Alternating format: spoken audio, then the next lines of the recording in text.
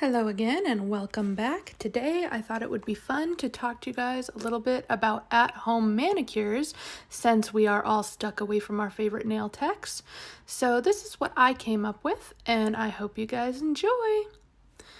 I'm going to get started by dremeling off my nails. I have a type of, it's like a gel version of acrylic that my nail tech does.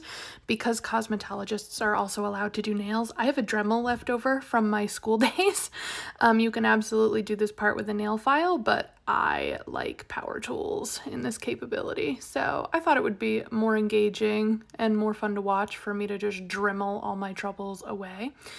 So basically what you want to do is remove the top layer, which is either gel or regular polish, so that you can actually get down to the nitty-gritty of the evening. And once you get down there, you can start like reshaping the nail, taking off all the odds and ends that you don't want, and just making it an overall more conducive shape to your daily life. Mine were hella long. I had like a 1/4 inch of regrowth up at the top. So it was like essential for me to do this. They were getting caught on everything.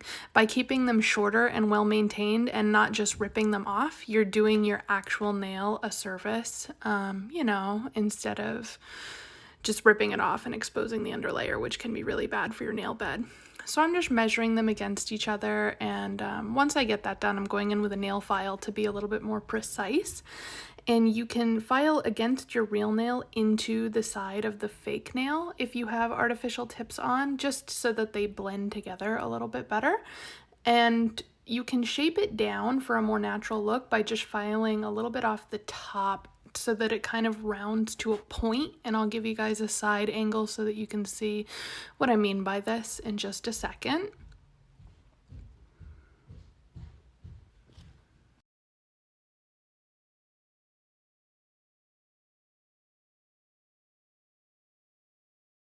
So once you get everything filed down the way you want them, just kind of compare, make sure they're reasonably symmetrical before you call it done, and then give your hands a good wash.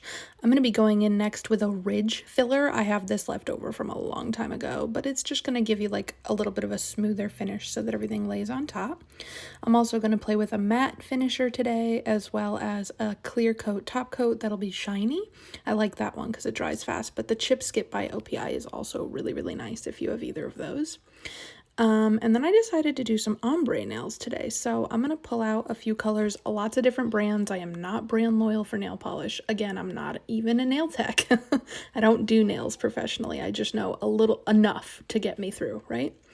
So I'm getting this ombre from green to blue, just because I thought it was pretty for spring. And then a handful of some that'll be good to make some designs with at the end. So I have some little brushes and we are ready to go. So I'm going to get started with the ridge filler just to give everything a nice smooth prime so that everything goes on really easily on top.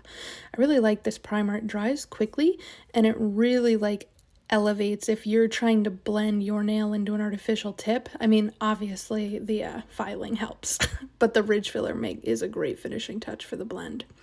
And then I swatched the polishes just to make sure that I was going to apply them like actually green to blue, so that I didn't have any that didn't make sense. And I was glad I swatched them because I decided to switch those two for the full ombre effect. So I'm starting with the minty yellow green, and then more of a foresty teal green, and then sort of like a smoky desaturated blue green, and then a blue gray. If you guys don't have any nail polish remover, consider using lemongrass for any mistakes you make along the way. It absolutely destroys nail polish. So for that reason, also be careful using lemongrass after you do your nails. But I like to use this because it's not as fumey. And then I'm just finishing off with the light blue on the thumb. So if you ever get a little staggy on your nail, just grab it with some tweezers because obviously you can't put your wet nails on that. It's such a pain in the butt. I like to do my nails from pinky to thumbs, doing both thumbs last so that I can use my thumbs to clean up along the way. And now I'm just kind of detailing, planning in my head, do I want to use clear, do I want to use matte, and I'm going to figure it out along the way. So I'm going to get started with some designs. I was inspired by a tree outside my window. So I put like some brown stripes as a background on one of these just so that I could do some blossoms over it and create like a nice pattern.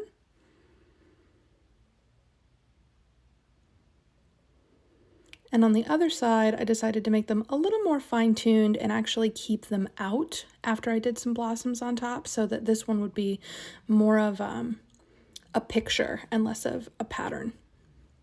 And to do blossoms, I like a flat tipped brush, and I just dip it in a little pink and pat it on top. You'll get some pieces or some blossom edges that are a little more transparent and some that are more opaque, and that's exactly what you want because that's what flowers do.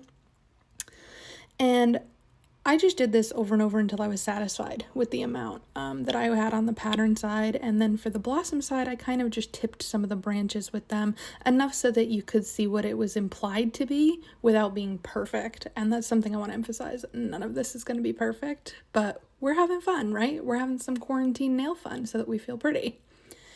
And then I just kind of topped it off with a little bit of hot pink for some texture so that you could see more of the flower coming out through there. So those are two different techniques to get some florals on your nails. One that's really easy that I love is a daisy effect.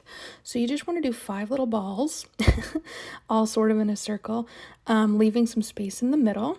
And I did this on 2 different nails. I like an asymmetrical nail look. And then go back in with a small brush and just fill the center with yellow or pink or whatever. If you're doing daisies, you want to do yellow. So I just went in with a little yellow for the center there. So that's what you get with that daisy tip that I just showed you guys. I think it looks nice with the other florals that we put with it for this fun springy nail design look.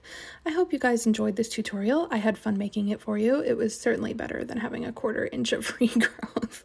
Please let me know in the comments if you guys try any of these things. I'd love to see them. And until next time, friends, peace out. I love y'all. Bye.